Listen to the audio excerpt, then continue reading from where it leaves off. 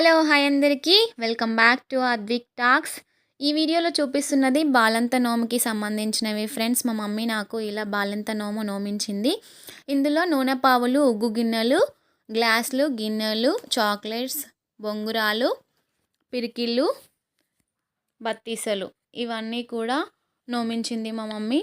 అలాగే చెంబులు బాలంత కడవలు అంటారు వీటిని. ఈ చెంబులకి సున్నం రాసుకోవాలి. మొత్తము సున్నం రాసుకున్నాక ఇవన్నిటికీ మామిడి ఆకుతో చేసిన కంకణాలన్నీ కూడా ఈ చెంబులకి కట్టుకోవాలి.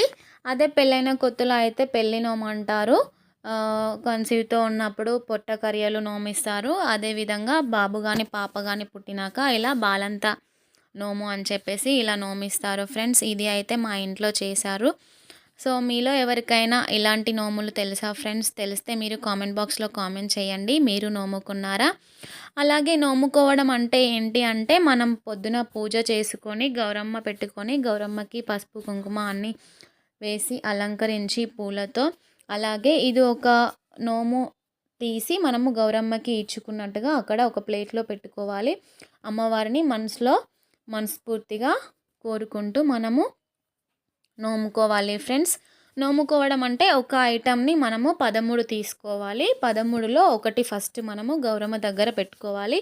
ఆ తర్వాత ఇవన్నీ కూడా అందరికీ ముత్తైదువులకి పసుబొట్టు ఇచ్చి మనం ఈ నోములను పంచి పెట్టుకోవడం అయితే చేస్తాము ఫ్రెండ్స్. ఇలా అయితే ఉంటుంది సంక్రాంతికి మా ఇంట్లో నోములు ఫ్రెండ్స్ ఇవి.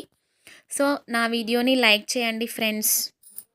సో నేను ఇప్పుడు ఈ వీడియోలో నేను ఎలా నోముకున్నాను అని ఒక చిన్న క్లిప్ అయితే యాడ్ చేశాను ఫ్రెండ్స్. చూడండి ఒకసారి. ఫస్ట్ గౌరమ్మకి పసుపు కుంకుమ నానబియ్యము అలాగే పెట్టుకొని మనం ఏవైతే ఐటమ్స్ నోముకుంటున్నామో వాటిని తీసుకొని మంచిగా అమ్మవారికి మొక్కుకొని అక్కడ మనము అమ్మవారికి ఇస్తున్నట్టుగా ఒకటి అక్కడ పెట్టుకోవాలి. అదేవిధంగా మనం ఎన్ని రకాలైతే నోముకున్నామో అన్నీ కూడా ఒక్కొక్కటి తీసుకొని మంచిగా అమ్మవారికి మొక్కుకొని, సో అమ్మవారి దగ్గర ఇవన్నీ కూడా ఇలా పెట్టుకొని మళ్ళీ మనం అక్షంతలు వేసుకొని మంచిగా మనసులో నోములన్నీ చెల్లించుకున్నాము అని మొక్కుకో